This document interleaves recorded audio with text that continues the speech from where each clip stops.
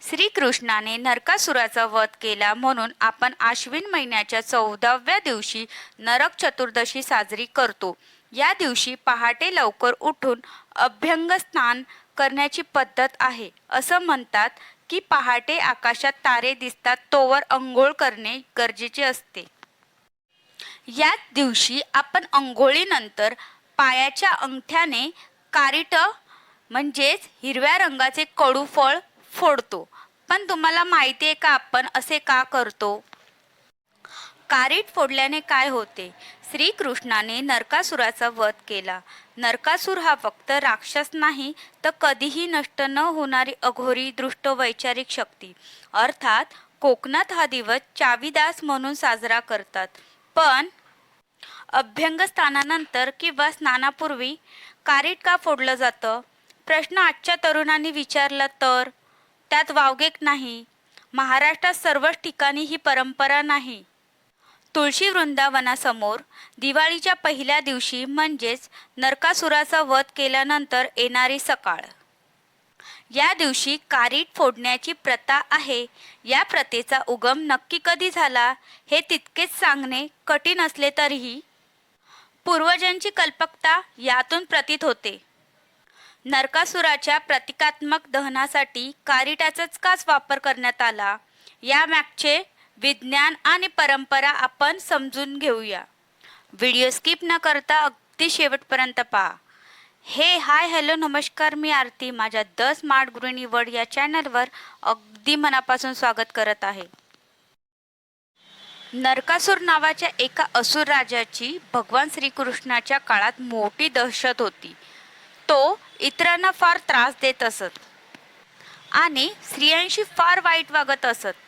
त्यामुळे जनता फार त्रस्त झाली होती. ही गोष्ट जेव्हा श्रीकृष्णाला कळली तेव्हा त्याने सत्यभामेसह त्या असुरी राजावर आक्रमण केले आणि त्याचा वध केला. त्याच्या वधाचा प्रतीक म्हणून आपण हे कडू फळ फोडतो आणि त्याचा रस जिभेला लावतो. त्याबाबत असं सांगण्यात येतं की ते फळ फोडून आपण आजच्या काळातील प्रतिकात्मक नरकासुराचा वध करतो. शिवाय दुसरी वैज्ञानिक गोष्ट अशी सांगितली जाते की अश्विन महिन्यात म्हणजेच दिवाळीच्या काळात हिवाळा सुरू झालेला असतो, फार थंडी असते. त्यामुळे आपल्या शरीराचे तापमान योग्य प्रमाणात ठेवण्यासाठी हे कडू फळ चाखलं जातं. शिवाय काही ठिकाणी हे कारीट अंघोळीनंतर ठेचतात तर काही ठिकाणी अंघोळी आधी कारिटे ठेचले जातात, कारण या फळाचा एक उग्र वास असतो. त्यामुळे अंघोळी आधी कारिटे ठेचून त्यानंतर अंघोळ केली जाते. त्याचप्रमाणे या कारिटेला विविध नावंही आहेत. काही ठिकाणी या फळाला करटुले म्हणतात तर काही ठिकाणी चिराटे म्हणतात. कारिटे हे अनेकवचनी असून कारीट हे एकवचनी नाव आहे. कारीट हे कोकणातील आढळणारे रानवेळीवर येणारे फळ आहे. हे फळ वेलीला लागते जे एकदम काकडीच्या वेलीसारखे दिसते. काकडीच्या फुलांसारखीच याचीही फळे पिवळ्या रंगाची असतात. अगदी काकडीसारखे हे फळ दिसले असले तरीही त्याचा आकार अंड्यासारखा असतो. त्यातल्या आतल्या बिया काकडीच्या बियांसारख्या असतात पण थोड्या आखूड असतात. नरक चतुर्दशीला का फोडले जाते कारीट फळ? अभ्यंग स्नानापूर्वी कारीट नावाचे फळ फोडण्याची परंपरा महाराष्ट्रात अनेक ठिकाणी आढळते. हे फळ नरकासुर या राक्षसाचे प्रतीक मानले जाते. या दिवशी पहाटे लवकर उठून अभ्यंग स्नानाच्या पूर्वी घराबाहेर किंवा तुळशी वृंदावनाजवळ डाव्या पायाच्या अंगठ्याने कारीट ठेचले जाते. अभ्यंग स्नानाच्या आधी कारीट फोडून नरकासुराचा प्रतिकात्मक वध करत त्याच्या रूपात असलेली सारी कटुता दृष्टता नाहीशी करावी आणि त्यानंतर मंगळ स्नानाचे पवित्र होऊन अभ्यंग स्नान करणाऱ्या व्यक्तीला प्रथम कुंकवाचा टिळा लावण्यात येतो. तिच्या सर्वांगाला तेल लावण्यात येते. नंतर तेल आणि उटणे यांचे मिश्रण एकत्र करून अंगाला लावण्यात येते. मग तिला ओवाळण्यात येते. त्यानंतर तिने 2 तांबे उष्ण पाणी अंगावर घेतल्यावर तिच्यावरून आघाडा किंवा टाकळा याची फांदी मंत्र म्हणत 3दा फिरवतात. अभ्यंग स्नान झाल्यावर ओवाळणी केली जाते. त्यावेळी आरतीच्या ताटात कणकेचे दिवे पेटवले जातात. सोबत कणकेचे मुठीच्या आकाराचे गोळे तयार केले जातात. हे गोळे व्यक्तीला ओवाळून 4 दिशांना फेकले जातात. दिवाळी म्हणजे नक्की काय? तर सुदृढ आरोग्याचा संदेश देणारा एक सण. पूर्वजांनी आपली संस्कृती टिकवताना याचा पुरेपूर विचार केलेला दिसतोय. कारीट डाव्या पायाने फोडल्याचा परिणाम वेगळाच आहे.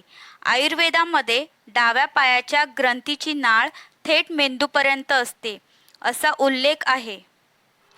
कारिटाचा गंध नाकापर्यंत पोचवणे, जिभेला लावणे यालाही आयुर्वेदात खूप महत्त्व आहे. रक्ताभिसरणाची क्रिया या गंधामुळे तीव्र होते असे तज्ज्ञाचे मत आहे. आणि ही प्रथा निर्माण करण्याची कल्पकता तरी बघा ना. नरकासुराचा विचार कधी बदलणार नाही, नष्ट होणार नाही, कारण तो दृष्ट आहे.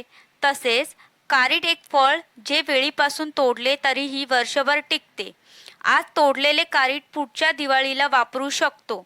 फक्त ते तांदळाच्या कोंड्यात न फोडता हे कारीट ठेवायचे, जसेच्या तसे राहणार. लोखंड किंवा अन्य शस्त्र लागून जर आपल्या शरीराच्या कुठल्याही भागाला सूज आली तर कारीट फोडून लावल्यास सूज उतरते.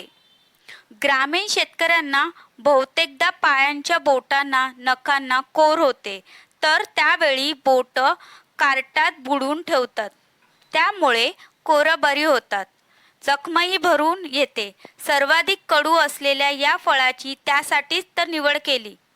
पण मैत्रिणींनो, एक परंपरा म्हणून याकडे पाहू नका, तर त्यामागील भावनेचा विचार करा. आपल्यातले दुर्गुण व दुर्विचार यासोबत नष्ट करा. पूर्वी कारीट ग्रामीण भागातच फोडली जायची, पण आज शहरी भागातही फोडली जातात. व्हिडिओ आवडल्यास लाईक करा आणि अशा बऱ्याच माहितीसाठी द स्मार्ट गृहिणी वर्ल्ड या चॅनलला लाईक करा, चॅनलला सबस्क्राईब करा आणि नोटिफिकेशनसाठी बेल आयकॉनवर क्लिक करा आणि व्हिडिओ शेअर करा. धन्यवाद.